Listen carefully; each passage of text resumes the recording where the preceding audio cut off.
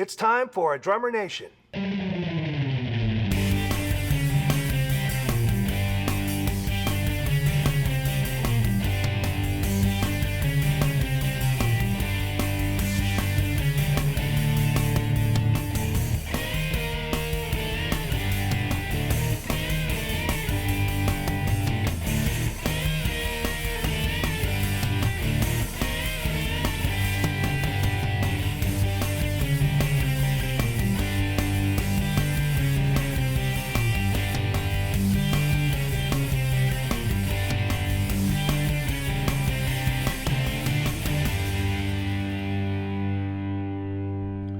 Hello everyone, Michael Vosbein. My friends call me Voz. I'm your host on Drummer Nation, and in this episode, I caught up with Ronn Dunnett at the Chicago Drum Show a few weeks ago. Ronn Dunnett is the owner of Dunnett Classic Drums and George Way Drums, and is considered to be one of the foremost drumsmiths in the world. He's got some interesting ideas on design and construction that we talk about, you'll be hearing in just a moment. As for the audio, I did the best I could with it. It's a very noisy environment, and the original track had as much drum noise as it did vocals. So I tried to dial that out as much as I could and erred on the side of making sure you could hear everything Ronn Dunnett said. So hope you enjoy this interview.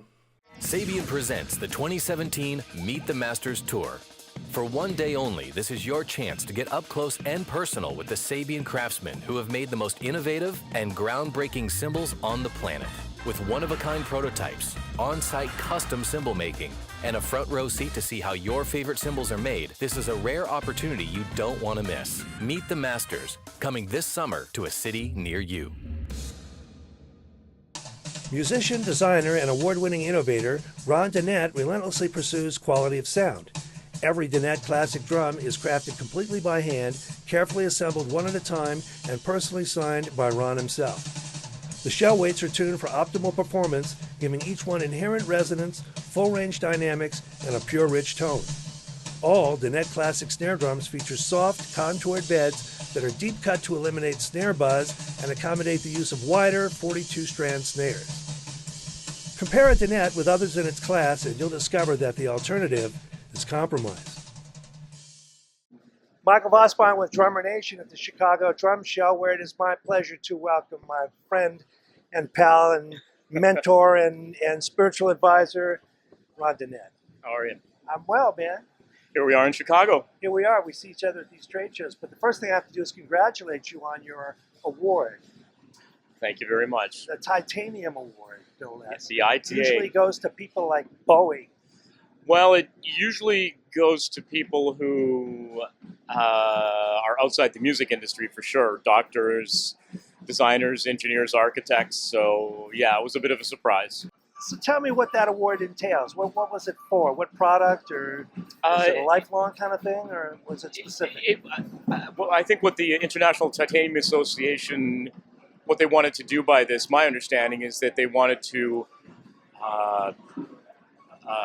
acknowledge someone who is working in the field of titanium that otherwise wouldn't be recognized. I mean, their primary focus of their whole organization is aerospace for the most part. So when someone comes along and does something that sort of expands the use of titanium in a different way that someone might not have thought about, and that ultimately over a period of time results in the profile of that metal being used more extensively in that industry, then they kind of go, you know what, we should do something for this guy. So that's what they did. And has it done something for you? I mean, you've got a lot of recognition for this, I'm sure. Well, first of all, it was really humbling. It was a I still can't get over what an honor it was. They treated me like royalty the whole time I was there, and it was a serious thing for them. So, you know, I don't know. It's got to be good for brand Dunnett. It was. I don't know if it's going to help me sell more drums, but yeah, as I said a few times before, it was like a Grammy. It was a Lifetime Achievement Award. What they were saying that I heard was that you were the first. You took this medal and did something very special with it, and we wanted to acknowledge that. So Sure, it's an acknowledgement, it's an accolade. The thing about awards, somebody pointed out to me once, is you can say what you want about them, but they go in your obituary. yeah, well, You there's know, that's pretty that. serious. It was just nice for somebody to, I think the drums I make are nice. They're unique. They were cool. They still are. Okay, let's talk about the drums. Then. Okay. What makes? I know you're uncomfortable talking about your award. What makes titanium a different drum? Sound different, act different. That was easy. It's just. Well, let's talk about somebody like Greg Keplinger, because and I've often said this: if there was no Keplinger, there would be no Dunnett. Because when I started off, Keplinger was there, and I loved and appreciated what he was doing. But I thought, this is a damn heavy drum, and there were a bunch of elements that just came together at the right time that made me think, what if I made a drum that was lighter? All of my drum building experience up till then had led me to believe that a lighter shell is going to give you a whole bunch of other positive variables, a lower fundamental, all that stuff. So being a bit who I am, I kind of went, no, if he's going to go the heavy way, I'm going to see if I can I'm going to make the lightest possible shell that I can. So obviously it's going to be titanium. It's strong, the failure curve, all of that stuff. And so that led me to I made drums that were so skinny, they were like aluminum cans, and they ultimately failed. And so then it was like dialing it up as light as that's too light, and then dialing it back down and finding that exact, precise. Well, you found it. I have a 4x14, like Stanton used to play before you did his Spirit New Orleans drum for him. I just love it, man. There's nothing quite like it. There's something about that material that I just, I get asked all the time, what's your favorite drum that you make? And I just go, if I was on a desert island, it's going to be the titanium. And my buddy John Emmerich has the whole kit. John. He's a sound guru, man. He loves these things. He swears by them. When you start getting that kind of feedback from that kind of person with those qualifications and who understands, not just him, but I just really appreciate. I mean, I hear it a lot, but I never hear it enough. When I get praise from those corners, and it doesn't matter if it's coming from a guy who plays weekends that saved up and bought one of my drums. I get just as much. Know their shit. That's true. That's true. I guess if I had to qualify that kind of gratitude or appreciation in a way, I wouldn't want to do that, but I do understand that, like, hey, coming from John, that's a special thing. Coming from someone like Stanton, that's got its own thing. Coming from the weekend, a player or someone who just does it for the joy of playing. That's valid too. Yeah, when I do my workshops, I tell anybody who comes that, you have something in common with the best drummers in the world, with Vinny Colaiuta and think of your favorite drummer, and that is the joy that you get from playing your drums does in no way exceed the joy that they get. It's all that is one thing that it's like a permanent relative. It's like, no, you're down there in your basement or your garage and you're practicing and you feel that, and it's like that's what those guys feel. Exactly. And with Drummer Nation, I've always said that if you make music hitting something, you're in the hippest club in the world. You're a drummer. And that's the same experience for all of us at every level. And the same experience, and yet everyone's is unique. That's why that's the beauty of what we do. Now, tell me about George Way. And it's a brand you started. Where do I start? Yeah. It's a brand that I was very fortunate. The only time that's ever been done. As far as I can tell, I take pride in that. Absolutely, it's like, yeah, this is one of the this is the only heritage brand that has been successfully resurrected. I've been doing it now for 10 years, and there's never been any negative growth. I've grown it organically. It's grown on its own legs. I haven't really,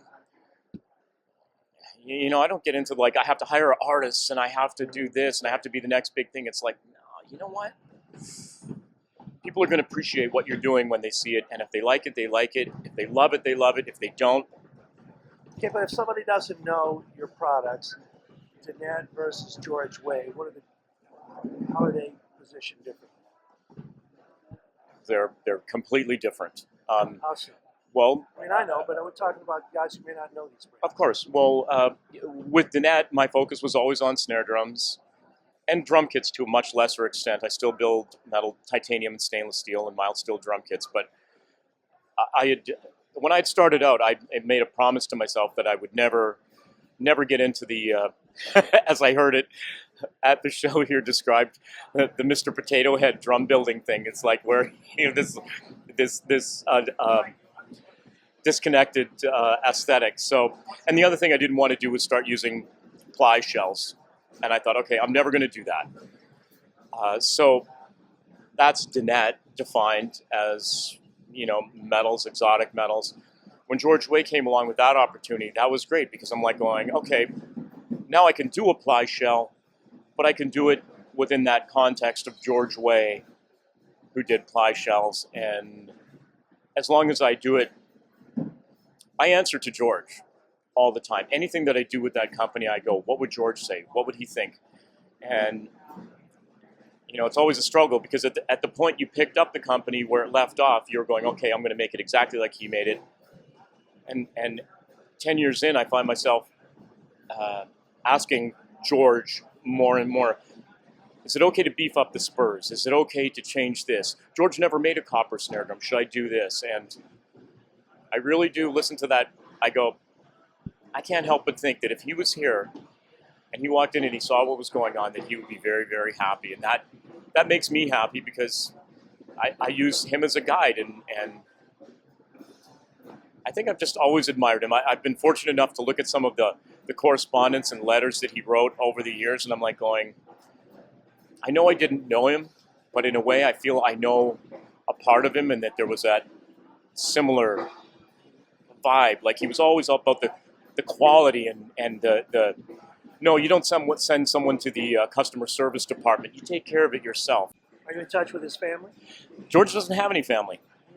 George was he came from a well-to-do family, but his love was music, and I'm sure this is not an uncommon story where his family, especially back then, said, if you want to be a vaudeville clown, you go right ahead, but they didn't want anything to do with him. So he was estranged from his family, and that gave him the freedom to go out and explore music of the time. He was a vaudeville drummer. His career took him to Edmonton, Canada, where he was the house drummer at the Pantages Theatre, and he met the Boiler Man, who was there, who also was pretty handy with machinery and tools, and he thought, I can make a metal snare drum. And they started what was the Advanced Drum Company in Edmonton, Alberta, which is where he met his wife. And so that Advanced Drum Company went along for a few years, but never really got the recognition. But it did get the attention of Leedy, Ulysses Leedy, who said, hey, Stone, I believe. Why don't you come work for me? So he went to work with George Stone. He was in Boston for a while. I've been trying to piece the history together, and I keep hoping Rob, time for the book, that he writes this fantastic history of this guy that just, his inventions are so prolific. They're on every drum that's around today, all of his inventions that he brought to the table. First guy to use a lug with a swivel nut. First guy to wrap a drum in marine pearl. He introduced the China type cymbal. He invented the parallel throw-off. Yeah, he was just like, his stuff is everywhere. You've invented a few things yourself. A couple of little gadget gadgets here. Gadget gadgets are brilliant. Well, thank you. I mean, they reduce it to its essence, and it's a piece of beauty and a piece of art. It's typical of Ronn Dunnett inspired gear. Well, it's Brilliant. I've design. Well, thank you. I have no formal training, so it's always been napkin drawings and wooden prototypes. And I remember one time when I was developing the R-Class throw-up with the quick release, and I was with my manufacturing partners, and I was trying to explain to them how the butt end, and couldn't understand. The drawings weren't working, and so I ran up to my room and I was going, and I actually carved the piece out of a bar of soap. I took it down to them, and I went, and they went, oh. There we have So, it. it's Okay, like, so where do we find your products? Give me your website. you can find my sorely outdated website at Dunnett.com. Actually, believe it or not, Facebook is probably a really good place to keep up on daily news because I post there frequently, or any of the other social media. The drums themselves, I have a very, very small, close-knit dealer family. Really, there's only a handful worldwide, and I've chosen... But those are the premier drum shops. The people really... They are family. They are close friends. They're family. They've supported everything that I've done in a way that I probably wouldn't be here having this conversation if it wasn't for them. So I'm not out to conquer the world and open up every dealership and be everywhere. I'm only... That's kind of what I was when I had my company. I had very great relationships with great dealers. And, you know, that's really what you need. We weren't a catch-all that belonged in every store. Yeah. And these are guys that get it. And, you know, as of late, I've actually been paring down my dealers, specifically so I can focus and work more closely. And I do still make everything myself, and so that limits my production. And I'm just at a point now where I'm not really interested in being the next Godzilla drum company. You say yourself, you're a one-man shop? Yeah. So one man makes everything that says those two brands. To a level. Now, I mean, when I started off, one of the first things that I learned is that don't trip yourself up with your own ego by not having the ability to recognize that somebody else can do something better than you and going, how is that a bad thing? No, you embrace that, you bring it in, and you don't hide it, or you... Well, that's typical of you. One of the things you're known for is bringing together friends that are even your competitors. You have the Drumsmith Dinner at NAMM every year. We've exhibited together in a booth with other snare drum makers. I was delighted to be included in that when I had my cymbal company. But you really are somebody who puts a network together of like-minded people. And it's effortless because they are like-minded people. And those, I mean, you were in on some of those times where we shared booths at Mesa. I mean, where else have I seen 5 guys sharing a booth at an international trade show? And I go, and here I am demonstrating Kurt Waltritt's or Cooper Cooten's drums and talking them up and like going, this is a great drum. Right. Johnny's not here, but here's his drum. Let me show it to you. Absolutely. Because we're all brothers in this. Yeah. And there was enough diversity in that aesthetic that you're going, we never worried about it. If someone wanted a Craviotto, they wanted a Craviotto. And I'm like, what am I going to say? Well, no, it's a great drum. It's beautiful. Why not? We're all, and yeah, I love that. But not everybody has that mindset. Yeah, I've but always appreciated that. Yeah, but they're missing out on something, and it really is the best part of this whole industry. That part, the friendships and the camaraderie, and I know it might sound trite but really, I measure wealth in people, the friends that I go. You know, I see them at the show, and it's like I don't even shake hands anymore. I'm like, going just. I know. And I love that. I love that too. I mean, it's a tight industry. Everybody hugs each other. We're all in each other's corner. Yeah, for the most part. For the most part. Well, you can't get along with everybody. No, you can't. Thanks for doing the show. Pleasure. Ron. Thank you. I'll let you know when it's up. And Drummer Nation. Drummer Nation. Ronn Dunnett. Dunnett Classic Drums and George Way. Thanks again, Ron. Thank you.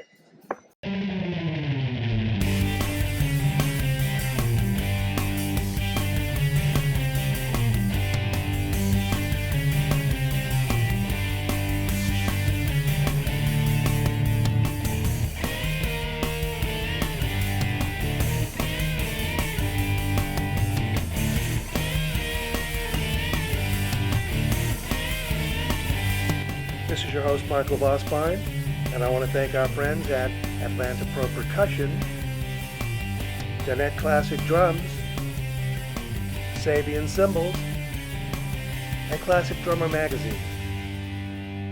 We'll see you again in 2 weeks.